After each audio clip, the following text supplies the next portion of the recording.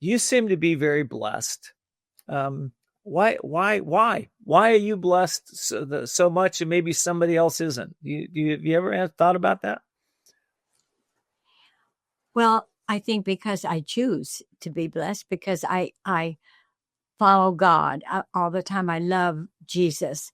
And, you know, my whole life and Sarah's life, Sarah and I are best friends, and we've been friends for so many years now. We're like twins, I guess, in the way we think and live and everything. But we have a chapel in our home, and we call it the little chapel.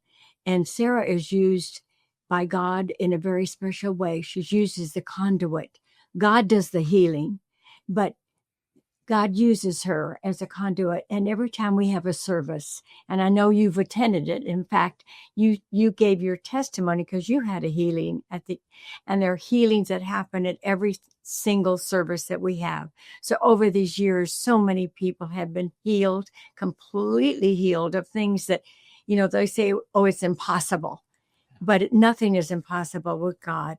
God is always able to do everything. And any time he can make his mind up to do anything at any time that we're ready to accept it. And I love it that you said that, because that's very, very important. I'd like to tell a story about a young man named David, and he lived in Montana.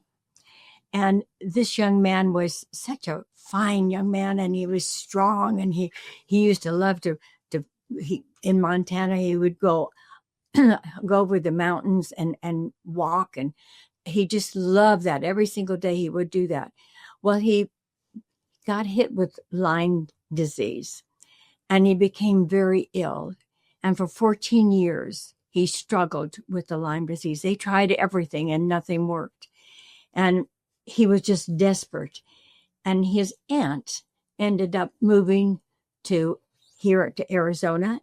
She went to a little chapel service, and she got so excited because she just knew that if David could come here to the little chapel, that he would get a healing. So she called him, and he said, "Oh, thank you so much." I said, "That sounds so wonderful, but I'm so ill right now. I don't think I could make the trip." She said, "I'm going to buy you a table.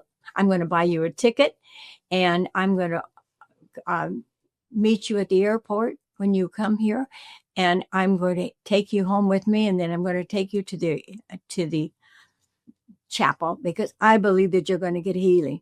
And he said, "Well, I don't think I can make the trip." She said, "Yes, I think you can." So she bought him a ticket. He ended up coming to the chapel. And when he first landed and she got him at the airport, he said, "Gosh, I don't know if I can make this." He said, "I think maybe you better take me to the hospital." She said, "Oh, no, you've made it this far. I'm going to take you home with me, and you're going to go to the chapel tomorrow morning." Well, she got him to the chapel. And again, he was sick all night. He was sick when he came to the chapel, but he came. He obeyed her, and he sat there for a while, and he listened to the sermon that Sarah spoke. And all of a sudden, Sarah said, "You know what? I have to say something to this congregation.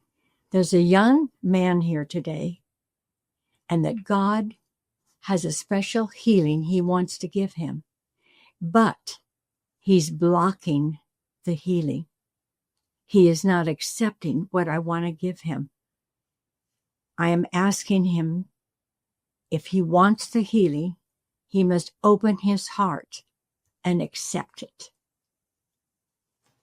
And of course, his aunt immediately looked at him and said, "Stand up. I want you to stand up right now and claim your healing."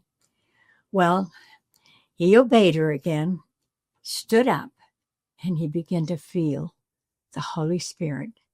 He felt God's presence so strong, and he knew he was getting healing. And before he left, there was no doubt about it. His healing began. And he ended up having a beautiful healing, being completely healed of the Lyme disease. And doctors couldn't believe it. It was a miracle, a complete miracle. And now he's back and he's doing all the things he'd love to do, climbing those mountains in Montana. And he's come here many times to the chapel and he's giving his testimony like he did. And like you did. And it's wonderful when you give your testimony. I want to thank you for doing this yesterday, that when you or the other day, that when we had testimonies and you gave your testimony, it was beautiful and it touched the hearts of so many people. And I know that David and all the other people who give their testimonies, it means so much, because people, today they need to get to God. Well, I think a lot of people are skeptical, and They are.